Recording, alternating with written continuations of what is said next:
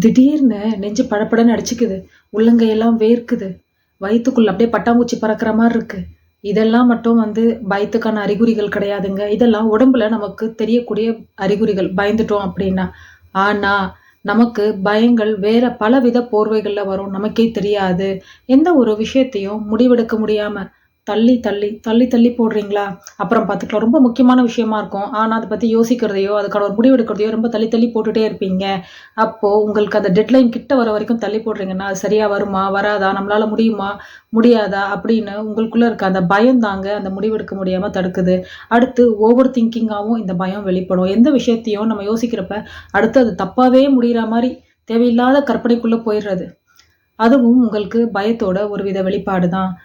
அடுத்து நீங்க அந்த பயப்படுற விஷயத்த பத்தி உங்ககிட்ட யாராச்சும் கேட்டாலோ, அத பத்தி டிஸ்கஸ் பண்ண கூப்பிட்டாலோ, சட்டுன்னு கோவப்படுவீங்க, எரிச்சல் படுவீங்க.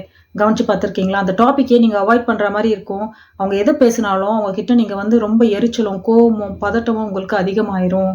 இது எல்லாமே பயத்தோட இன்னொரு விதம் தான்.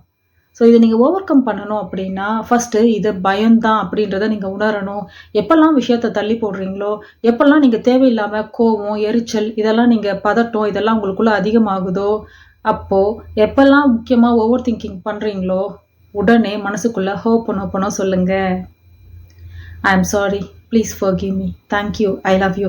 அப்படின்னு உங்களுக்குள்ள ஏற்படுற அந்த உணர்வுக்கு நீங்க தொடர்ந்து சொல்லிட்டு வரும்போது, உங்க மனசு அமைதியாக ஆரம்பிக்கும். இந்த பயம் உங்கள விட்டு விலக ஆரம்பிக்கும். இது கூட உங்க தைரியத்த அதிகப்படுத்துற மாதிரியான அஃபர்மேஷன்ஸ், ஐ ஆம் அப்படின்னு ஐடென்டிட்டி பேஸ்ட் அஃபர்மேஷன்ஸ நீங்க சொல்லிட்டு வரணும். நான் நம்பிக்கையுடன் இருக்கிறேன். நான் தைரியமாக இருக்கிறேன். நான் பாதுகாப்பாக இருக்கிறேன் அப்படின்ட்டு உங்களுக்கு தேவையான விஷயங்கள செலக்ட் பண்ணி சில ஐ ஆம் அப்படின்ற அஃபர்மேஷன்ஸ நீங்க சொல்லிட்டு வரும்போது, உங்களுக்குள்ள இருக்க இந்த பயம் விலகி, உங்களுக்குள்ள ஒரு கிளாரிட்டி கிடைக்குங்க. அப்போ நீங்க எந்த ஒரு முடிவு எடுக்கிறதையும் நீங்க தள்ளி போட மாட்டீங்க. இப்படி ஹோப்போனோபோனோவ நம்மளுடைய எல்லா விதமான எமோஷன்ஸ்க்கும் என்ன மாதிரி அத நம்ம அப்ளை பண்ணலாம்? அது கூட எப்படி நம்ம சேர்த்து நன்றியுணர்வ வெளிப்படுத்தலாம்? அப்படின்றத ஒரு கன்சிஸ்டன்ட் பிராக்டிஸாவே நம்ம பிளிஸ்ஃபுல் மார்னிங் செஷன்ல பண்ணிட்டுருக்கோங்க.